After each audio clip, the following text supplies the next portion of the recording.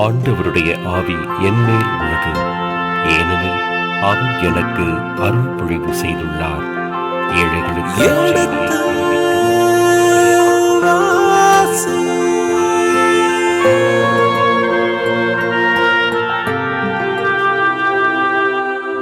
எடுத்து வாசி.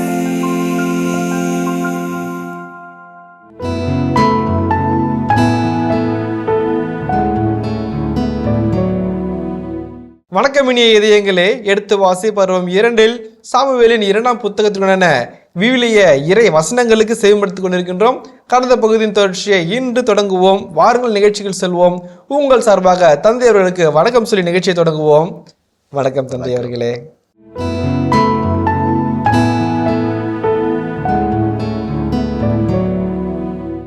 ஐயாவின் மகள் ஸ்ரீபா சவுலு பெற்றெடுத்த பொருளான அர்மினியம் அவங்களையும் ஐவரையும் அவங்களுக்கு பிறந்த ஐவரையும் ஒப்படைக்கிறாங்க. அவங்களையும் கழுவில் ஏற்றுகிறார்கள். அதே மாதிரி கழுவில் ஏற்றின பிற்பாடு அந்த உடல்களை இறக்கி வைத்து சாக்கு துணியால் போத்தி மூடி வைத்து வானத்து பறவைகளோ அல்லது காட்டு மிருகங்களோ சாப்பிடாதபடி அது அந்த மரியாதைக்கு இறப்புக்கு பிறகு அவமரியாதை பண்ணிடக்கூடாது என்பதற்காக அந்த பெண் காப்பாற்றுகிறாள். வானத்து மழை அந்த இது நினைக்கும் வரை அவள் அந்த உடலை அது சகோதரி ஐயாவின் மகள் ஸ்ரீபா சாக்கு துணி எடுத்து கொண்டு போய் அதை பாறை மீது தனக்காக விரித்து அறுவடை தொடங்கிய நாள் முதல் வானத்தின் மரத்தினின்று அவர்கள் உடல் மீது மழை பொழிவு மட்டும் இருந்தால். அந்த இறந்த பிறகு, அதாவது இஸ்ராயல் நாட்டில் ஒரு முக்கியமான வழக்கு என்னன்னாக்க, நல்ல மனிதர் நல்ல அடக்கம் செய்யப்பட வேண்டும். அதனால் இயேசு கூட பாருங்க ஒரு நல்ல அடக்கம் செஞ்சுட்டு போகிறாங்க. இப்போ சவுல் சாட்சியாக இருந்து இவர் நம்ம ஸ்டேவான் கல்லறிந்து கொல்லப்படும் கூட அவர் அவருடைய சீரர்கள் அவர் அடக்கம் செய்கிறாங்க. அதுமாதிரி தலை வெட்டி கொல்லப்பட்ட ஸ்நாபகரில் பிறகு கூட உடல் எடுத்து அடக்கம் செய்கிறாங்க. நல்லடக்கம் என்பது இஸ்ராயல் மக்கள் தோபித்து புத்தகம் முழுவதுமே நல்லடக்கம் தான் சொல்லுகிறது.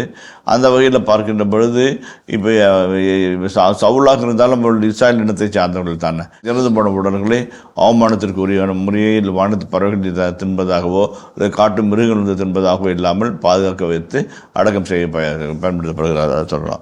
அதுக்கு அடுத்த வசனம் வாசிப்போம். 11ஆம் வசனம் வாசிப்போமே. சவுலின் வைப்பாட்டியும் ஐயாவின் மகளுமான இஸ்பிரா செய்தது தாவீதுக்கு அறிவிக்கப்பட்டது. எனவே தாவீது சவுலின் எலும்புகளையும் அவர் மகன் யோனத்தானின் எலும்புகளையும் யாபேசு கிளையாத்தின் மக்களிடமிருந்து பெற்று கொண்டு வந்தார். பெலிஸ்தியர் அவர்களை கில்போவாவில் வெட்டி வீழ்த்தி பெத்சான் நகர சதுக்கத்தில் கழிவெட்டிலிருந்தனர். அந்த சதுக்கத்திலிருந்து தான் யாபேசு கிளையாதின் ஆள்கள் அவர்களின் எலும்புகளை திருடிச் சென்றிருந்தார்கள். சவுலின் எலும்புகளையும் அவர் மகன் யோனத்தானின் எலும்புகளையும் தாவீது அங்கிருந்து கொண்டு வந்த பின் கழிவில் ஏற்றப்பட்ட இவர்களின் எலும்புகளையும் ஒன்று சேர்த்தனர். சவுலின் எலும்புகளையும் அவர் மகன் யோனத்தானின் எலும்புகளையும் பென்யமின் நிலப்பகுதியான சேலாவில் அவர் தம் தந்தை கீசின் கல்லறையில் அடக்கம் செய்தனர். அரசர் கட்டளையிட்டவாறே அனைத்தையும் செய்தனர். அதன் பின் நாட்டுக்காக செய்யப்படிய வேண்டுதலை கடவுள் கேட்டருளினார். அப்போ அந்த பெண்ணுடைய நல்ல மனசாட்சியை பார்க்கிறார், நல்ல எண்ணத்தை பார்க்கிறார். இறந்து போன பிற்பாடும் அந்த உடல்கள் அவமரியாதைப்படுத்தப்படக்கூடாது என்ற எண்ணத்தை புரிந்து கொண்டு அது மாதிரி இன்னொன்று மிக முக்கியமான ஒரு காரணம் என்னன்னாக்க, இஸ்ராயல் நாட்டில் இறந்து போனவர்களுடைய நினைவை தங்களுக்குள்ளே வைத்திருப்பார்கள். ஆகவே தான் உன் நிலத்தை எனக்கு கொடு என்று சொல்லி அரசர் 21ஆவது அரசன் கேட்டபோது நாபோத் கொடுக்க மாட்டான். ஏன்னாக்க அந்த வீடு இது ஆண்டவர் எனக்கு கொடுத்த நகலா என்று ஆண்டவன் கொடுத்த பற்றிமணி, ஆண்டவன் கொடுத்த அப்பன் வழி சொத்து, என் கடவுளின் தந்தையாம் கடவுளுக்கு கொடுத்த சொத்து, இதை நான் கொடுக்க மாட்டேன்னு சொல்லுவார். ஏன் அப்படின்னாக்கா ஒரு முக்கியமான காரணம் என்னன்னாக்க, அந்த நிலத்துல தான் அவங்களுடைய மூதாதையர்களை புதைச்சி வைப்பாங்க. இப்போ கொடுக்கறது நம்ம ஒரு நிலத்தை கொடுக்குறோம் வாங்குகிறோம் அப்படின்றது அந்த மூதாதையர்களுடைய நினைவுகள், அதனுடைய இதெல்லாம் அவங்களுதெல்லாம் அதே மாதிரி ஒரு இடத்துல இன்னொரு புறப்பட்டு போகிறாங்க, தவிர்க்க முடியாத காரணத்துக்காக புறப்பட்டு போகிறாங்கனாக்க அவங்க தங்கள் எலும்புகளே, அந்த இறந்து போன தங்கள் முதியோருடைய எலும்புகளை கடத்தி செல்வார்கள். உதாரணத்துக்கு யோசேப்பனுடைய எலும்புகளை இதில் தொடக்க நூலில் நம்ம கடந்து கொண்டு எடுத்து வருகிறதை நாம் பார்க்குறோம். அது வந்து முக்கியமான ஒன்று.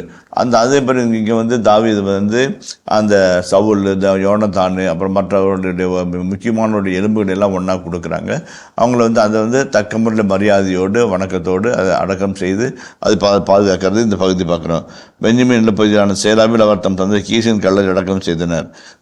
சவுல் தந்தை கீஸு அவருடைய இடத்து பக்கத்துலேயே வந்து இது பண்ணாங்க.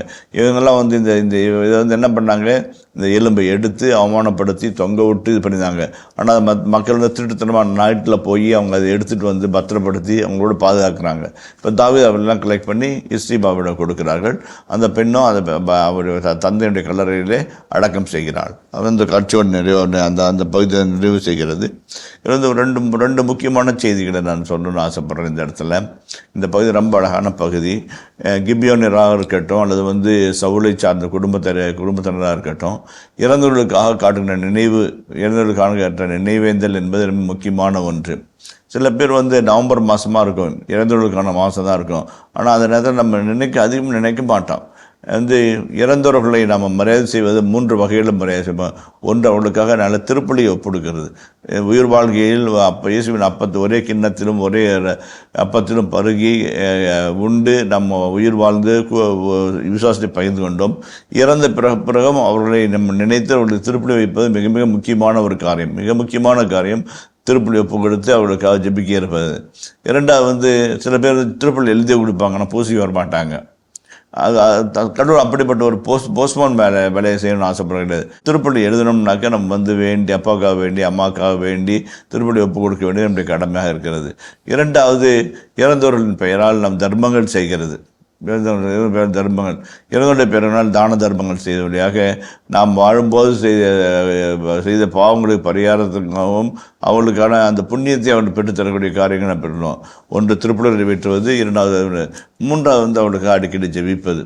இப்பொழுதெல்லாம் ஞாபகம் வருவதோ நம்முடைய ஞாபகத்துக்கு வருவோமோ இறந்தவர்களுக்காக ஜெபிக்க கடமைப்பட்டிருக்கிறோம். இன்றைய நாட்களில் அவசரமாக போகிற உலகத்தில் சாயங்காலம் இறந்தாங்கனாக்கா இது 4 மணிக்கு இறந்தாங்கனாக்கா 6 மணிக்கு அடக்கத்தை முடிச்சு போயிட்டே இரு அப்படின்னு சொல்லி பார்க்குற ஒரு அவசர உலகத்தை பார்த்துட்டு இருக்கிறோம். ரொம்ப நாள் வச்சு என்ன பண்ண, ரொம்ப நேரம் வச்சு என்ன பண்ண போகிறோம், ஒன்று அடக்க பண்ணுன்னு சொல்லிட்டு ஒரு சகோதரர் வந்து அந்த அம்மா வந்து அழுதுகிட்டே வந்து என் கண்ணீரோடு பகிர்ந்து கொண்டார்கள்.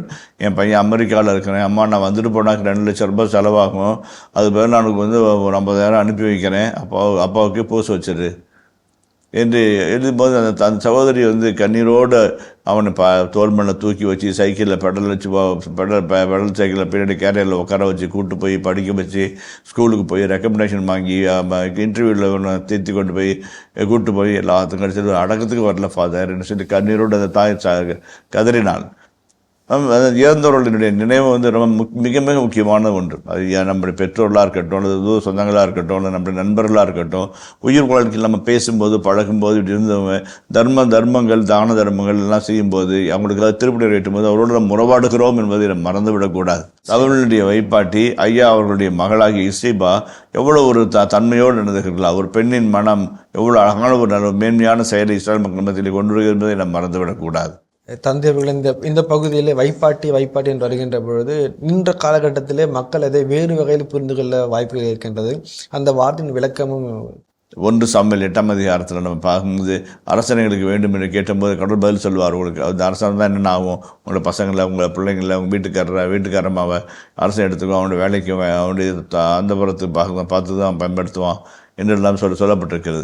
அதே போல் இன்னொன்று வைப்பாட்டி இன்னொன்று வந்து பல்வகையில் உதவி செய்கிறவங்க, அரண்மனை அந்த புறத்தில் உதவி செய்கிற பல்வேறு விதமான பெண்களே உதவுறாங்க. ஒரு சிலரை வந்து அவனுடைய உறவுக்காக வச்சுருப்பாங்க. ஒரு சிலர் நிறைய சமயம் வந்து இப்போ வேலைக்காரர்களாகத்தான் இருப்பார்கள். வெளியே அதிகமாக இப்போ நம்ம எஸ்ஆர் புத்தகத்தில் நம்ம பார்க்குறோம். எஸ்ஆர் அரசு என்றாலும் அரசன் திரும்ப போவதற்கு அவனுக்கு பயம். அரசனே வந்து வா என்று சொன்ன ஒரு படம் தான் அவள் பயம் கலைந்து அவள் போகிறாள். அப்படிப்பட்ட சமயங்களிலிருந்து எல்லா பெண்களும் வந்து உறவுக்கான ஒரு பெண்களாக இருக்க மாட்டார்கள் என்பதை நம்முடைய கருத்தை புரிஞ்சுக்க வேணும். இந்த 2ஆம் பகுதி 15ஆம் வசனத்திலிருந்து 22ஆம் வசனம் வரைக்கும் வருகிறது. இப்போ நம்ம ஏற்கனவே பார்த்தோம் யூதர்கள், அதுக்கப்புறம் இஸ்ராயலர்கள், அதுக்கப்புறம் வந்து சவுலின் குடும்பத்தார், அதுக்கப்புறம் கிபியோனைட்ஸு, என்று ஒவ்வொன்றாக பார்த்து கொண்டிருக்கிறோம். இறுதி பகுதியாக வருகிறது இஸ்ராயல் மக்களுடைய இது பரம எதிரிகளாக கருதப்படுகின்ற பெலிஸ்தர்கள் பற்றிய செய்தி தகுதி வருது. இதில் 2-3 வரலாற்று செய்திகள் குறிப்பிட உள்ளே இருக்கிறது. நம்ம பார்க்க போகிறோம். முதலாவது 15ஆம் வசனத்தை வாசிப்போமே. பெலிஸ்தியர் இஸ்ரேலோடு மீண்டும் போர் தொடுத்தனர். தாவீதும் அவரோடு அவருடைய பணியாளரும் இறங்கிச் சென்று பெலிஸ்தியரோடு போரிட்டனர். தாவீது களைப்புற்றிருந்தார். அப்பொழுது இஸ்பிரினேபு என்னும் அரக்கர் இனத்தவன் ஒருவன் தாவீதை கொல்ல முயன்றான். அவன் 3.5 கிலோகிராம் எடையுள்ள ஈட்டியை கையில் ஏந்தி புதிய வாளை இடையில் கட்டியிருந்தான். செருயாவின் மகன் அபிசாய் தாவீதினுடைய உதவிக்கு வந்து அப்பெலிஸ்தீனை வெட்டி கொன்றான். எனவே தாவீதின் ஆள்கள், இஸ்ரேலின் விளக்கு அணைந்து போகா வண்ணம் நீர் இனி எங்களோடு போருக்கு வரக்கூடாது என்று அவரிடம் ஆணையிட்டு சொன்னார்கள். ஓகே, எல்லாம் 15ஆம் போர்க்களத்தில் சில சமயத்தில் அரசன் தானே வந்து போர்க்களத்துக்கு போரிடுவார். சில சமயத்தில் திட்டங்கள் வகுத்து விட்டு இப்படியெல்லாம் செய்யுங்கள் என்று சொல்லுவார். இந்த இடத்துல தாவீது வந்து அவரே புறப்பட்டு போகிறார். அப்படி வருகின்ற பொழுது இஸ்பிரினேபு என்கின்ற அந்த மனிதன், அந்த அரக்கன் வந்து அவனை கொலை செய்ய வரும்போது அபிசாய் வந்து அவருடைய தாவீதுடைய உதவிக்கு வந்து அந்த உயிர் பிழைக்க வைக்கிறார். உயிரை காப்பாற்றுகிறார். அப்போ தான் அவங்க சொல்கிறாங்க, இஸ்ராயலின் விளக்கு அணைந்து போகாதபடி. எவ்வளோ அழகான வசனம் பாருங்கள். இஸ்ராயலின் விளக்கு அணைந்து போகாதபடி. ஒருவேளை நீங்கள் இறந்தீங்க அப்படின்னாக்க இஸ்ராயலின் விளக்கே அணைஞ்சிருங்க. நீங்கள் தான் இஸ்ராயலுடைய விளக்கு, இஸ்ராயலுடைய பந்தம், இஸ்ராயலுடைய வெளிச்சம். நீங்கள் இஸ்ராயலின் விளக்கு அழிந்து போகாதபடி நீங்கள் போருக்கு வரவே வேண்டாம், நாங்கள் பார்த்துக்குறோம், நீங்கள் என்னென்ன பண்ணணுன்னு மட்டும் சொல்லுங்கள், மீது நாங்கள் பார்த்துக்குறோம் என்று சொல்லி அவளை ஒப்படைக்கிறது அந்த பகுதியை நம்ம பார்க்குறோம். இது நடந்த பின் 18ஆம் வசனம் பாருங்க. பெலிஸ்தியரோடு கோபு என்னுமிடத்தில் மீண்டும் போர் மூண்டது. அரக்கர் இனத்தவனான சாவு என்பவனை ஊசாத்தியனான சிபக்காய் கொன்றான். மீண்டும் ஒரு முறை கேபுவில் பெலிஸ்தியரோடு போர் மூண்டது. பெத்லகேமை சார்ந்த யாகரே ஓர்கியின் மகன் எல்கானான் என்பவன் கித்தியனான கோலியாத்தை கொன்றான். அவனது ஈட்டியின் கோல் நெசவாளர் பயன்படுத்தும் படைமரம் போன்றிருந்தது. இதில் பாருங்க, ஒரு விஷயம் என்ன ஒரு சிக்கல் வருதுனாக்க, கோலியாத்தை கொன்றவன் யார் என்ற ஒரு கேள்வி வருது. கோலியாத்தை நம்ம என்ன பண்ணோம், 1 சாமுவேல் 17ஆம் அதிகாரத்தில் தாவீது கோலியாத்தை கொன்றார் என்று வருகிறது. இந்த இடத்துல பாருங்க சொல்றீங்களே, இப்போ வந்து யாகரே ஓர்கி என்ற மகன் எல்கான் என்பவன் கோலியாத்தை கொன்றான் என்று, அவன் பெத்லகேமை சேர்ந்தவன் என்று செய்தி வருகிறது. இப்போ வந்து கோலியாத் உண்மையிலே யார் தான் கொன்னா, இங்கே வந்து இப்படி இருக்குது, அவங்க வந்து அங்கே அப்படி இருக்குது என்று செய்தி வரலாம். இப்போ வந்து 3 விதமான செய்தியில் ஹனிமோன் என்கின்ற ஒரு வரலாற்று ஆசிரியர் வந்து 3 விதமான செய்தியை கொடுக்கிறார். ஒன்று வந்து எல்கானன் என்றால் ஆண்டவரால் அன்பு செய்யப்படுகிறவன். தாவீதுடைய இன்னொரு பேர் வந்து இந்த கடவுள் அன்பு எழுதியவனை அன்பு செய்வன் தான் என்று சொல்கிறாங்க இல்லைங்களா. அதில் அன்பு செய்யப்பட்டவன் என்று ஒரு பெயர் இருக்குது. எல்கானன் என்ற ஒரு பெயர் தாவீதுக்கு இருக்கிறது. ஆகவே தாவீது வந்து இங்கே வந்து பெத்லகேமை சேர்ந்தவர்.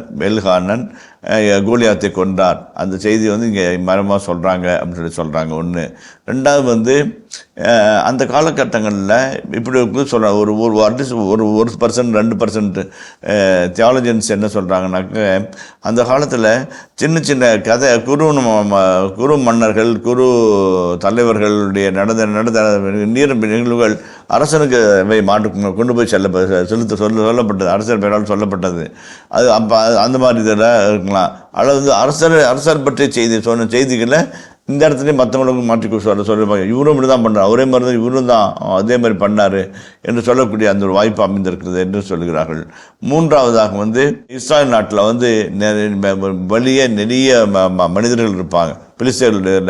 அவங்க வந்து கமாண்டோஸ் அப்படின்னு இந்த காலத்தில் நம்ம சொல்கிற மாதிரி ஸ்பெஷலாக ஹைட்டு வெயிட்டு படைக்கடல் தாங்கிய ஸ்பெஷல் மனிதர்கள்.